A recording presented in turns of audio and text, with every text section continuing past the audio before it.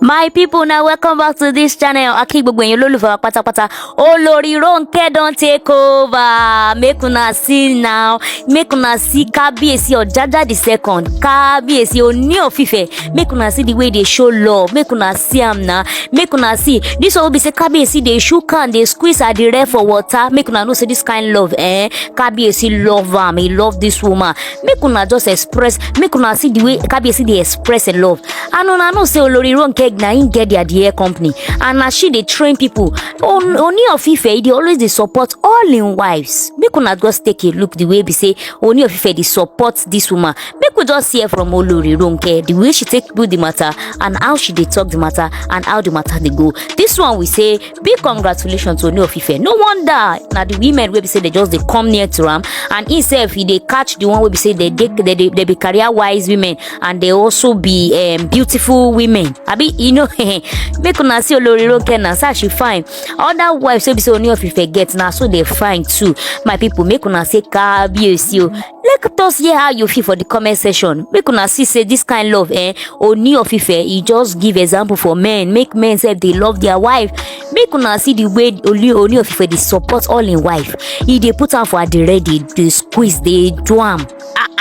No, holding the Kabiyesi. No, if he easy go run am. I go like make una share an opinion for the comment section. Which other way you feel say man fit take show love again? Aside this one way we say Kabiyesi don't demonstrate to everybody. Make I hear your comments for the comment section. Make we see you again for our next one. Don't forget to they follow us so that you go to hear better story when we upload. And also, make you also they share your opinion. Share the video. Make men see this one. Make they learn. Congratulations to Olori Ronke for her new business and also for Ooni of Ife where they support all in wives. We say thank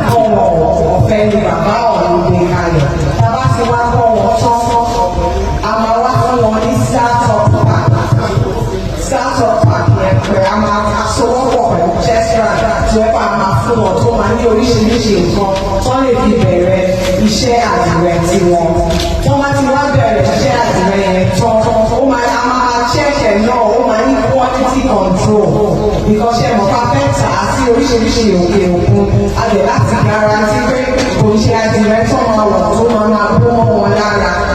So tábà tí wọ́n ṣe yẹn tán center tó fẹ́ dá sílẹ̀ ní technology center tó máa dá sílẹ̀ ibẹ̀ náà láti máa ta àwọn àdìrẹ́ yẹn. So a máa ta àwọn náà àrùbá ṣe ń tà.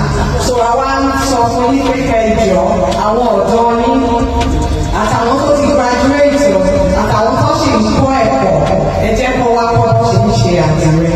Because ṣe ọ̀dà ayé ta wà nísìnyí kò sí garanti wípé táwọn ọkọ̀ bá kàwé tọ́gbó tó bá jẹ́ pé lọ́ọ̀yà ni wọ́n àbí dókítà tọ́ka engineering kò sí garanti pé wọ́n máa ní white collar job.